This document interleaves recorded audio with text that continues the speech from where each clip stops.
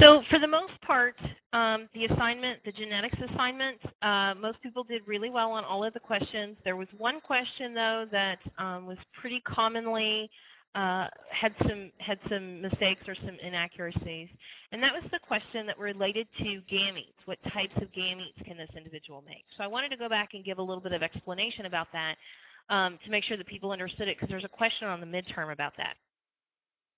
So this is a figure from Chapter 9 in your book, and it's a figure from your Chapter 9 PowerPoint that's explaining this idea. And so what they're showing you is the haploid body cells and then forming the diploid gametes. And so the gametes are diploid or diploid. They have half the number of chromosomes. So if this person that's on the right-hand side has two little a alleles, then each of the gametes will get one of those alleles. It'll either be this little a or it'll be this little a. Either way, they all get little a's. And it's the same thing for this figure on the left-hand side. So that person has two copies of the dominant A allele. And so each of their gametes will get one of those alleles, one copy. It'll either be this big A or it'll be this big A. Either way, it'll be a big A. And so we can also look at a heterozygote. So somebody that's got a dominant allele and a recessive allele.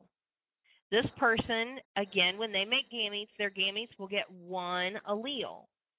Some of their gametes will get this dominant allele. Some of their gametes will get this recessive allele. So this person can have gametes that have a big R and can have some gametes that have a little r. So for the purposes of the question on the assignment, you were just asked to give the gametes. You didn't have to do a Punnett square. You didn't have to give combinations for offspring. And so the gametes part is the first step to doing that Punnett square. That's all that question was asking for. What types of gametes can these individuals make? And so that's the idea of gene segregation. And so if the parent is homozygous, like the two parents in the figure, all of the alleles have the same, all of the gametes have the same allele. So a person who's big A can only make big A alleles.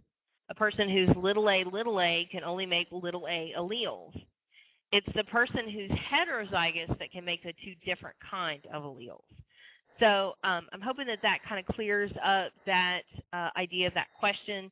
You can look at these two slides from the Chapter 9 PowerPoint, or that figure is in your book.